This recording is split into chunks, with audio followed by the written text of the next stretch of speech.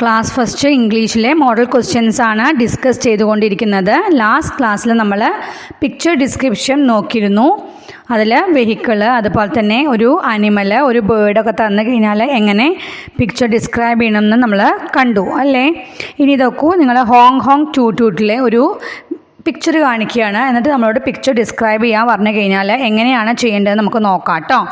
ഇവിടെ നോക്കൂ, പിക്ചർ കണ്ടില്ലേ. ഇനി എന്തൊക്കെയാണ് അവിടെ സെൻറ്റൻസസ് നോക്കൂ. There is A blue dash and A red dash on the road. Dash is standing between the car and the bus. Dash is standing behind the bus.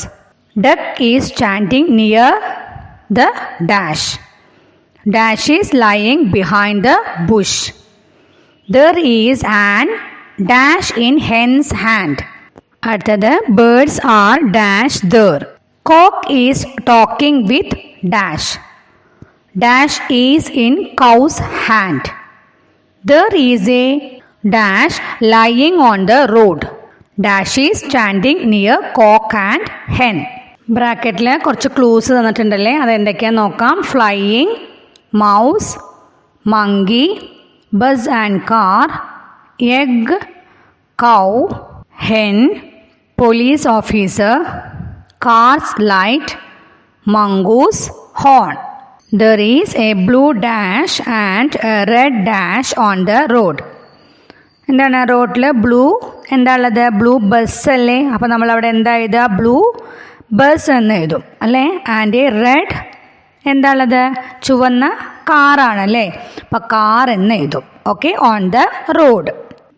Dash is standing between the car and the bus.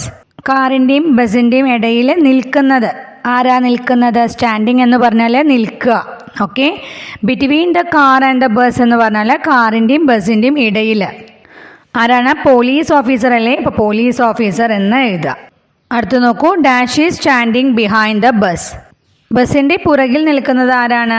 ആരാ നിൽക്കണ? Picture നോക്കിയില്ലേ, ആരാ? Monkey അല്ലേ. അപ്പോൾ monkey എന്ന് അവിടെ എഴുതാം.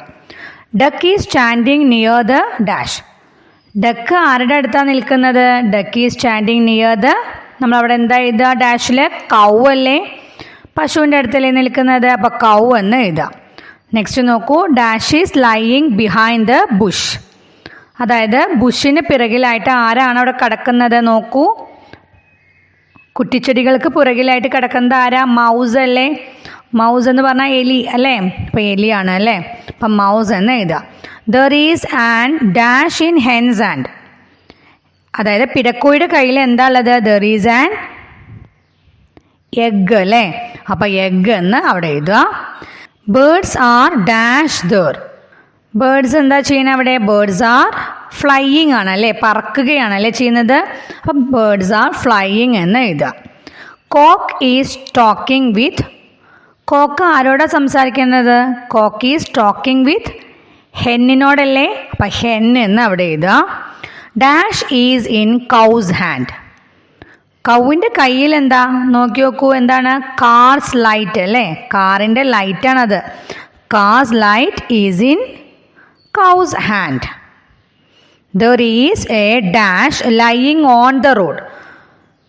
അതായത് റോഡിൽ എന്തോ ഒന്ന് കിടക്കുന്നുണ്ട്. എന്താ അത്? There is a ക്ലൂ നോക്കുക കേട്ടോ. ക്ലൂ നോക്കിയിട്ട് വേണം നമ്മൾ എഴുതാനായിട്ട്. There is a എന്താ ഉള്ളത്? ഹോൺ അല്ലേ. അപ്പോൾ there is a horn lying on the road. Dash is standing near cock and hen. അതായത് കോക്കിൻ്റെയും ഹെന്നിൻ്റെയും അടുത്ത് ആരാ നിൽക്കുന്നത്? മങ്കൂസ് അല്ലേ. കീരിയല്ലേ നിൽക്കുന്നത്. അപ്പം മങ്കൂസ് എന്ന് എഴുതാം. ഇവിടെ ഈ പിക്ചർ കാണിച്ചിട്ട് ഞാനത് ഫുള്ളായിട്ടൊന്ന് ഡിസ്ക്രൈബ് ചെയ്തു എന്നേ ഉള്ളൂ. നിങ്ങളോട് ചോദിക്കുമ്പോൾ ഒരു 5 സെൻറ്റൻസ് ഒക്കെയാണ് ചോദിക്കുള്ളൂ. ഇവിടെ നമ്മൾ ഫുൾ ഈ പിക്ചർ കണ്ടിട്ട് എന്തൊക്കെ നമുക്ക് ഡിസ്ക്രൈബ് ചെയ്യാൻ പറ്റും അത് ഫുള്ളൊന്ന് പറഞ്ഞു എന്നേ ഉള്ളൂ. ഓക്കെ. ഇതെല്ലാം ഒന്ന് വായിച്ച് മനസ്സിലാക്കി വെക്കുക. ഇന്നത്തെ ക്ലാസ് ഇത്രയേ ഉള്ളൂ. Okay, thank you.